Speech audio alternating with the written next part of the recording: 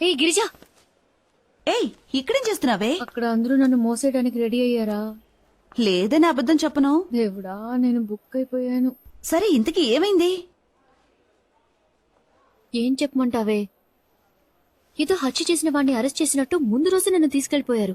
ఆ మా అత్తగారి వేషాలకి లిమిట్ లేకుండా పోతుంది. ప్రెసిడెంట్కి ఎవరైనా బెల్లం చెడీలు ఇస్తారా చెప్పు? ఆ? నేనేదో తీవ్రవాది అయినట్టు బెల్లం చెడీల్ని బాంబులన్నట్టు చెక్ చేశారు. ఆ? తర్వాత 4 రాక్షసులు వచ్చారు. ఆ. కూర్చో, నిల్చో, కదలకు, ఊపిరి కూడా తీసుకుని కూడా టార్చర్ పెట్టారు. Complete silence. సడన్ గా ఒకడొచ్చి భూకంపం వచ్చినట్టు ప్రెసిడెంట్ వస్తున్నారు, వెంటనే ముందుకు రా, వెనకాల నన్ను ఫుట్బాల్ ఆడేశారు. అలీబాబా ద్వారం తెరుచుకుంది. ఉన్నోళ్ళు సరిపోదన్నట్టు ఇంకో 10-15 రాక్షసులు వచ్చి నా ముందు నుంచున్నారు. నాకు లైట్ గా కళ్ళు తిరిగాయి. పాపం మా ప్రెసిడెంట్ కి ఏమైందో తెలియదు. కానీ నిన్ను చివరిగా చూసినప్పుడు మా ప్రెసిడెంట్ మసాగ్గా కనిపించారు. కళ్ళు తెరిచి చూస్తే హాస్పిటల్. ఈ టైప్ లో చేస్తే ఎవరైనా సరే కళ్ళు తిరిగి పడిపోతారు. ఇండియన్ హిస్టరీలోనే ఇదే ఫస్ట్ టైం అని మృదులా చెప్పింది. సరేరా వెళ్దాం. గిరిజా, గిరిజా, ఒక సిగ్గుగా ఉంది. సిగ్గుపడితే ఎవరు జీతం ఇవ్వరమ్మా. అలా సిగ్గుపడుతూ వచ్చి పని చూడు. ఎగతాళి చేస్తున్నా చూసావా? తమాషాకే. అవును, నీకు ఫేస్బుక్ లో అకౌంట్ లేదు కదూ? లేదే. అయితే నీ ప్రాణాలకేం ప్రమాదం లేదురా. గిరిజా, సైన్ చేసిరా.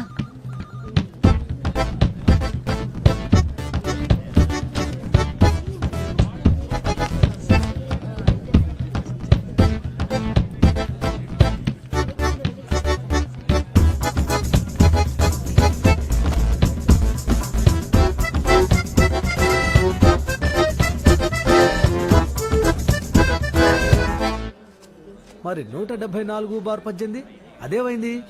అదెక్కడయ్యా? సిస్టర్, ఇదిగో ఇక్కడ ఈ నెంబర్ చూడవయ్యా. Good morning. Good morning.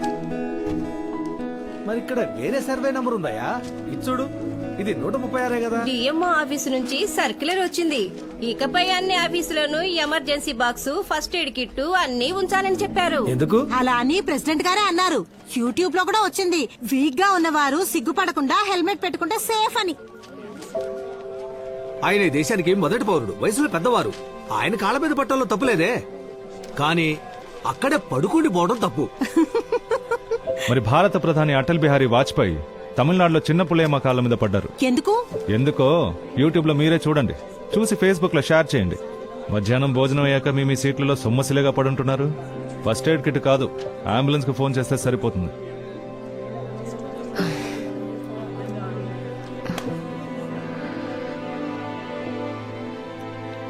మృదు, ఏం జరిగిందో చెప్తేనే కదా తెలుస్తుంది. ఏమైంది? విషయం ఏంటో చెప్పకుండా ఏడుస్తూనే ఉంది మావయ్య. ఏమ్మా? ఎందుకు ఏడుస్తుందో చెప్తేనే కదా తెలుస్తుంది. మొన్నేదో సీరియల్లో కూడా ఏయ్, ఇలా. నోరు మూసుకుంటావా? ఎప్పుడు సీరియల్ కావాలి. మృదులా, మావయ్య, మృదులా. నేను శేష్మాని అడిగి కనుక్కుంటాను. నువ్వెవరిని ఏం అడగక్కర్లేదు, నేను రేపు నుంచి స్కూల్కి వెళ్ళను. ఏం మాట్లాడుతున్నావు? చూడమ్మా, అమ్మతో ఇలా మాట్లాడొచ్చా చెప్పు. ఆ? నా ఫ్రెండ్స్ అందరూ నాతో మైకో వచ్చినట్టు యాక్ట్ చేస్తున్నారు. ఇన్సల్టింగ్ గా ఉంది. సరే ఏడోకు, కావాలంటే నేను వచ్చి ప్రిన్సిపల్ తో కంప్లైంట్ చేస్తాను. అదేం అక్కర్లేదు. ఫేస్బుక్ లో వసంతి మైకో అని ఒక పేజ్ ఉంది. దాని గురించి ఎవరితో కంప్లైంట్ చేస్తారు? ఇప్పుడు దాకా 1 lakh లైక్స్ వచ్చాయి. మీరే ఓపెన్ చేసి చూడండి. అందరూ ఐర్లాండ్ కి బస్ లో వెళ్తావా, ట్రైన్ లో వెళ్తావా అని అడుగుతున్నారు. అందరికీ వాళ్ళ అమ్మలంటే గొప్ప. నువ్వే నా పరువు తీసి పారేస్తున్నావు.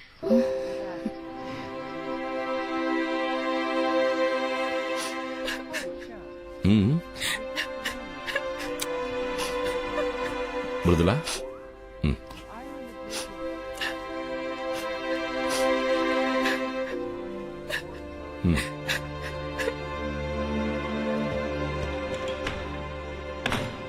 ఇప్పుడే తను ఇంత సెన్సిటివ్ గా ఉంటే రేపు నిజంగా ఏదైనా ప్రాబ్లం వస్తే దాన్ని ఎలా ఫేస్ చేస్తుంది? అందరి జీవితానికి ఫేస్బుక్కే డిసైడ్ చేసేలా ఉంది. ఛే,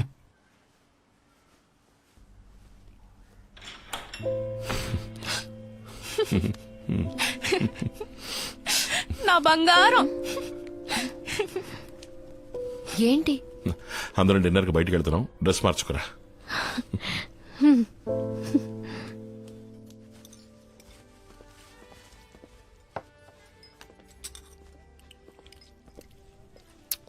ఏంటది? Death by chocolate. డెత్తా? వైలెన్స్ చాక్లెట్ దాకా పాకిందా? మేమందరం స్కూల్లో చదివేటప్పుడు పుల్ ఐస్ ఫ్రూటే. అది ఇంటికి తెలియకుండా తింటాం, తెలిస్తే బడిత పూజే. నేనెంత తినలేనండి, మీరు కొంచెం తీసుకుంటారా? అయ్యో నాకొద్దు. నేనున్నానుగా, నీకెంత కావాలో అంత తినమ్మా. నేను వెళ్ళి ఆ ఫిష్ ట్యాంక్ చూసొస్తాను. జాగ్రత్త మృదు. ఆఫీస్లో నా వల్ల మీరు మాట పడ్డారా? సారీ.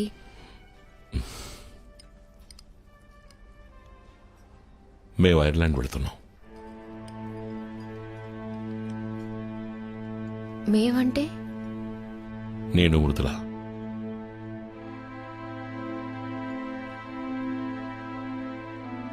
తను టెస్ట్ రాయాలి, అందులో పాస్ అయిపోతుందనుకో.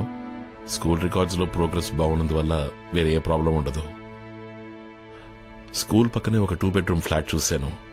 అక్కడ కంప్యూటర్ ప్రోగ్రామర్స్ కి పెద్ద డిమాండ్ లేనందువల్ల బిగినింగ్ లో కొంచెం స్ట్రగుల్ గానే ఉంటుంది. పర్వాలేదు. పోతే అమ్మా నాన్న ఇక్కడ ఒంటరిగా ఉన్నారు కదా, కొద్ది రోజులు పోనీ. నాకు బెటర్ జాబ్ దొరికిన తర్వాత, నీకు ప్యారల్ గా ఉద్యోగం దొరికిన తర్వాత నేను తీసుకెళ్తాను. అదెప్పుడండి? 1 సంవత్సరం, 2 సంవత్సరాలు? ఎప్పుడో తెలియని అన్నేళ్ళు నేను ఆఫీస్కు వెళ్ళడం, తిరిగి రావటం, అంతేనా? ఇప్పుడు అత్తయ్య మావయ్య ఆరోగ్యంగానే ఉన్నారు. మీరిద్దరు మాత్రమే నా ప్రపంచం. ఎవరి కళ్ళకి నేను అడ్డు రాను. మృదు లేకుండా నేను ఒక్కదానే ఉండడం ఊహించుకోలేకపోతున్నా.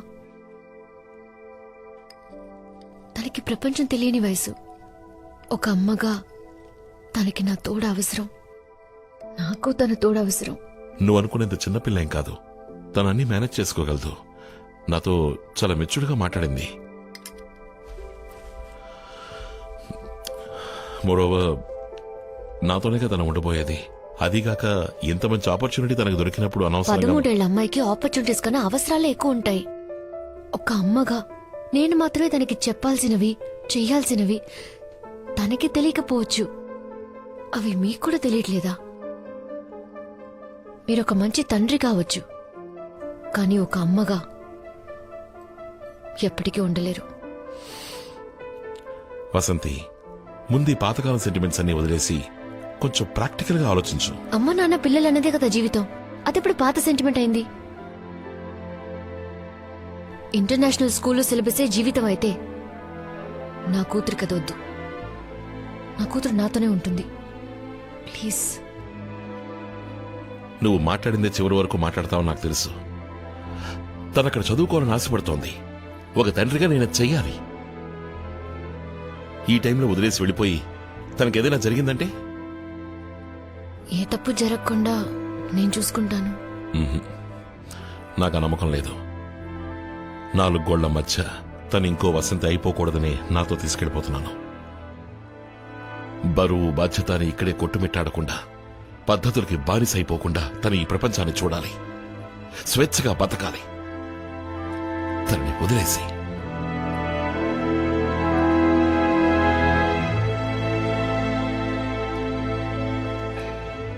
Attention ladies and gentlemen, this is the boarding announcement for all passengers traveling on KLM Royal Dutch బాగా చదువుకో. KL. నాన్న నీకు కష్టపెట్టకుండా నీ పనులు నువ్వే చూసుకో. మనకి అలవాటు లేని దేశం. స్కూల్, నైబర్స్ అన్నిటినీ నువ్వే మేనేజ్ చేసుకోవాలి. ఎవరు ఏం చెప్పినా అది కరెక్టా కాదని నాన్నని అడుగు. ఏ విషయం అయినా సరే నాన్న దగ్గర దాచుకో. ఎప్పుడూ నాన్న మాటే విను.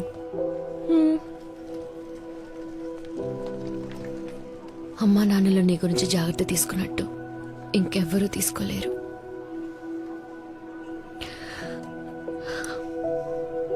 ఇంకెవ్వరు. నువ్వేం దిగులు పడకమ్మా. నీ ఫోన్ లో వైబర్, ఆనేజ్ అని 10 యాప్స్ డౌన్లోడ్ చేసి పెట్టాను. ఆ క్వశ్చన్ ఏంటో చెప్పమంటావా అమ్మా? వద్దు.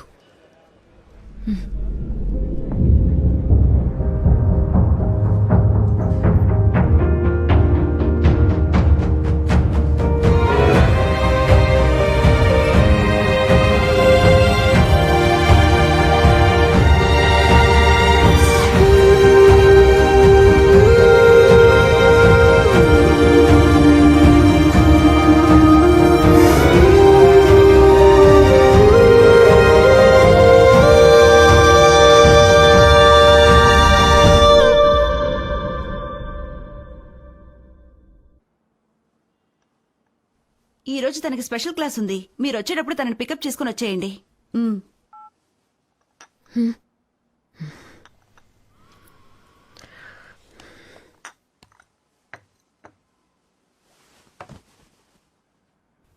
నేను ఐర్లాండ్కి వెళ్ళాలి.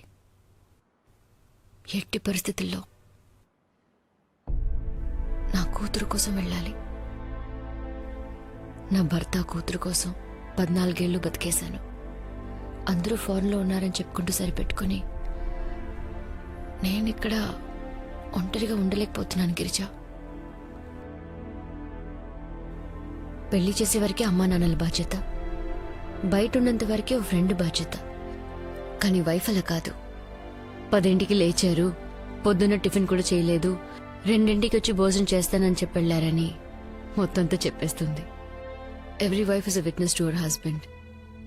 పూర్తి బాధ్యత తీసుకుని భర్తని సపోర్ట్ చేసే భార్యనవుదాం అనుకున్నాను. ఆయనకి నచ్చకపోయినా అమ్మని చెప్పుకోవడానికి మృదు సిగ్గుపడుతోంది. తన వైఫ్ అని చెప్పుకోవడానికి ఆయన అసహించుకుంటున్నారు. అసలు వాళ్ళకి నేనేంటో నాకే తెలియట్లేదు. అందరి సంతోషంలో నేను నా సంతోషాన్ని వెతుక్కున్నా.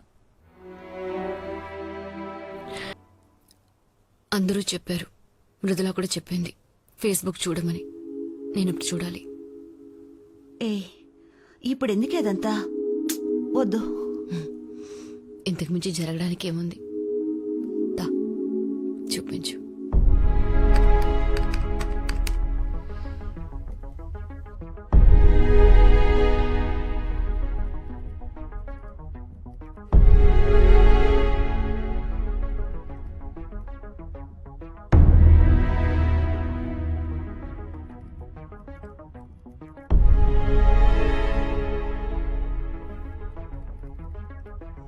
Vasanthi, are you a servant or a government servant? అయ్యో, నిజమైన పాద పూజ అంటే ఇదే. వెల్కమ్ తెలుగు నారి. వసంతి, ప్రెసిడెంట్ ని టీవీలో చూపిస్తున్నారు, స్విచ్ ఆఫ్ చేయి. మన ఊళ్ళో 1 కోటి మంది తాగి స్టడీగా ఉన్నారు. నువ్వెందుకు కళ్ళు తిరిగి పడ్డావు Vasanthi? Is this Vasanthi 1998 economics patch? I don't think so. It can't be our Vasanthi.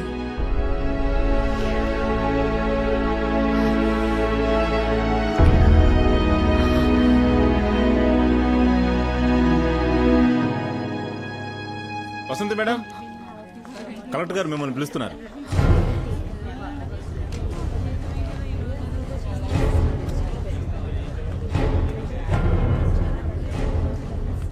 పది నిమిషాల ముందే కలెక్టర్ గారు వచ్చారు. లోన్ ఎవరో లేడీ ఆఫీసర్ ఉన్నారు. ఇంతకు ముందు ఎప్పుడు మన డిపార్ట్మెంట్ లో చూడలేదు. ఎంక్వైరీ అయి ఉంటుంది.